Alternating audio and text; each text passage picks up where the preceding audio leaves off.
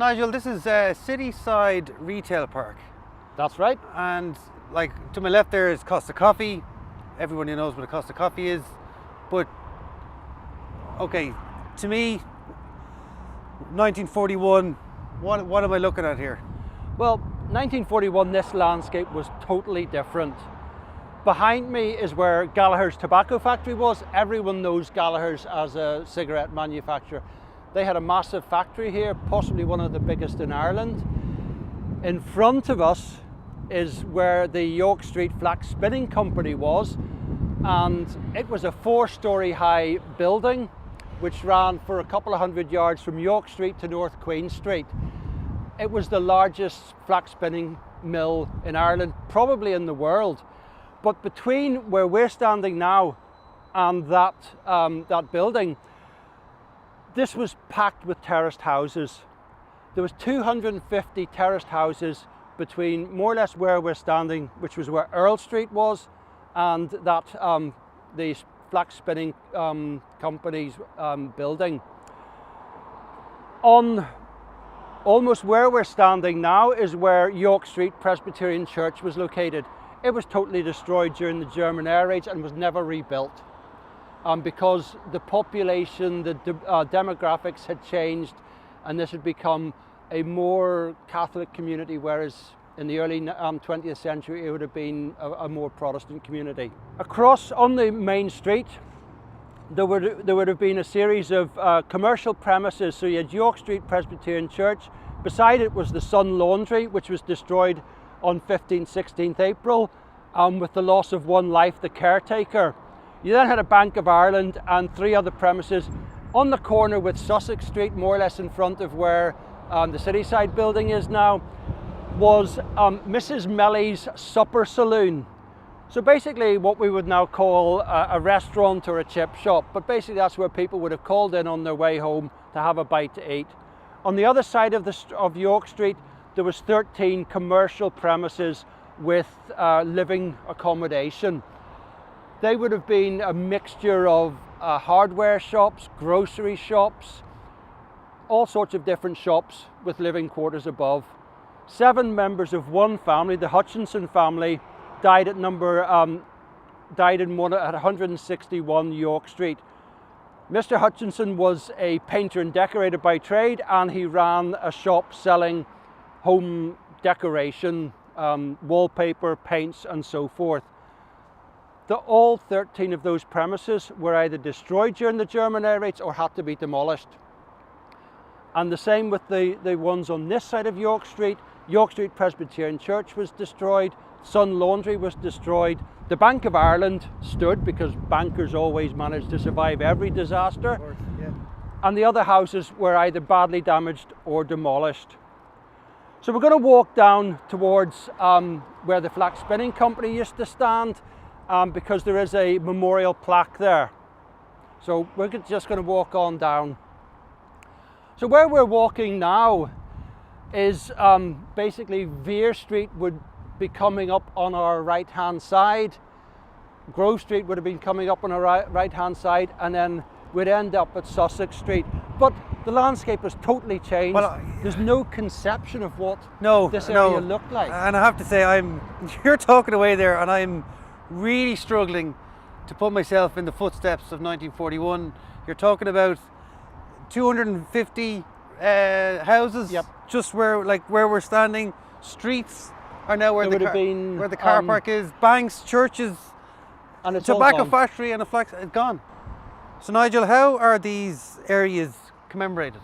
The main commemorations across Belfast were a series of plaques that were put up by Belfast City Council right about 2016 to commemorate the 75th anniversary. We've got one here which commemorates the people who died at Vere Street and Sussex Street in connection with the York Street Mill. Now, as I said before, York Street Flax Spinning Mill was one of the largest mills in Ireland. Immediately in front of it was Sussex Street, which ran right the way back to North Queen Street, houses all along one side. The flax spinning mill took a direct hit from a high explosive bomb. The walls fell out and basically crushed the houses in Sussex Street, then Vere Street, and then Grove Street. There were 31 houses in Sussex Street that were left totally uninhabitable after the Blitz. And in Vere Street and Grove Street, 78 properties. And that would include things like corner shops, pubs, maybe small outlets for different purposes. There was also a band hall, or there was also a hall, Brunswick Hall in Sussex Street. And it was also the home of the Belfast Apprentice Boys Band, which gives an indication of the cultural or religious mix in this area back in 1941. It was destroyed. The houses, as I said, over 100, around about 110 houses in 3 streets were either destroyed or were left so badly damaged that they had to be demolished. By 1960, many of these houses were not rebuilt. In some places, at the end of Vere Street and the end of Grove Street, there was a children's play centre was built. So whereas you had a housing crisis after the German air raids, instead of building replacement houses, the council sometimes built industrial concerns or commercial concerns or play centres. So for example, in Sussex Street, part of Sussex Street was taken over with commercial premises rather than houses being rebuilt for people who had been displaced. Along the Shore Road, there was a large village, more or less, of prefabricated housing, which probably ran for about 2 miles. So there was a lot of people who were displaced, if I can use that phrase, from their homes, were housed there, and sometimes it took into the mid-1960s before some of the houses in these areas were rebuilt. Of course, there were fatalities, and the figure specified on this plaque says 40 people whose lives were lost at Vere Street and Sussex Street when the York Street mill collapsed. But that doesn't paint the full picture of the fatalities from this area, because there were people from Sussex Street, Vere Street, who were maybe injured on the night of 15th, 16th April, but were taken to hospital and died in hospital, so they're not included in this figure. Also, the people who died in the commercial housing premises on the front of York Street are not included. So when you add all those factors together, and the people who died in Grove Street, for example, you actually get a figure of 53 fatalities for this immediate area, which gives a starker picture.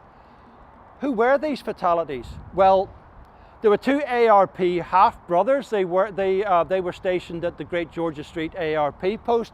They lost their lives along with Charles Fullerton lost his wife and his son. His wife and his son were all killed in the German air raids, and Francis McVeigh, his half-brother, was killed. They're all, well, 3 of them are buried in Milltown Cemetery.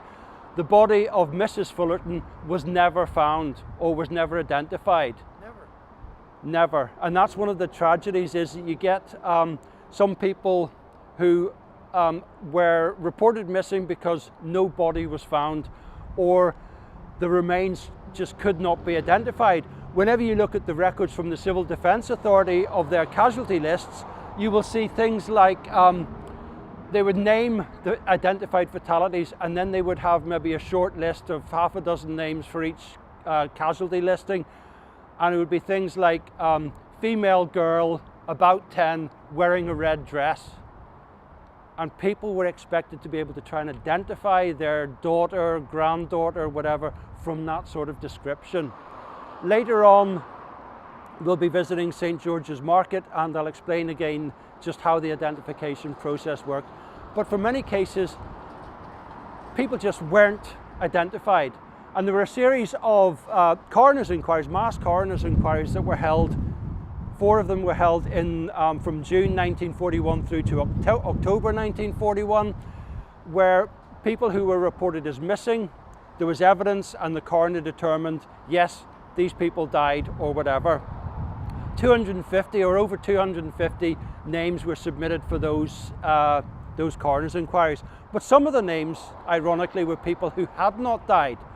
because maybe they'd left Belfast and gone to live in another part of Northern Ireland, or even the other side of Belfast.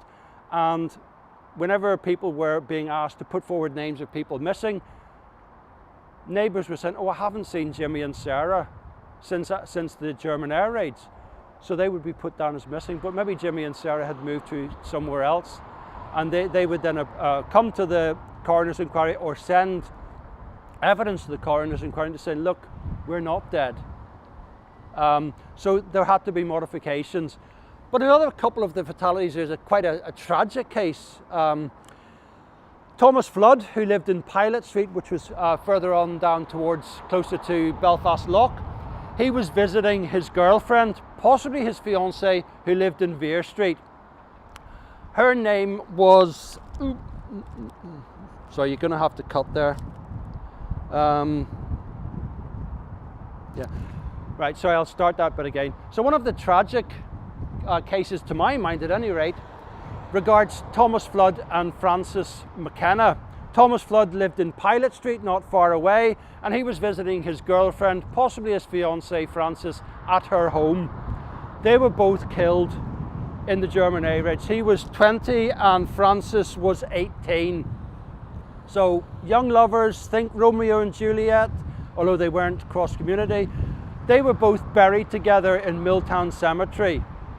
And there's a lovely Celtic cross at their grave, which we will show, which will appear in the Milltown section of these videos. The only inscription on the memorial at their grave refers to Thomas Flood and Frances McKenna. There's other people buried in the grave, but they are not mentioned because the family wanted that to be a memorial, not for the members of the family who were buried there, but for these two particular people who were possibly engaged to be married and certainly were walking out together, as the phrase would have been back then, to recognize their deaths.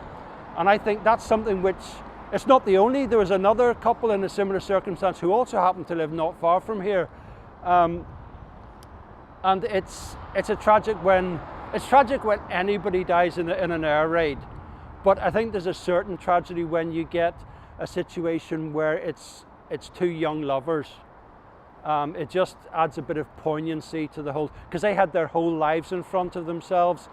And it's just a tragedy to my mind that they died in the air raids.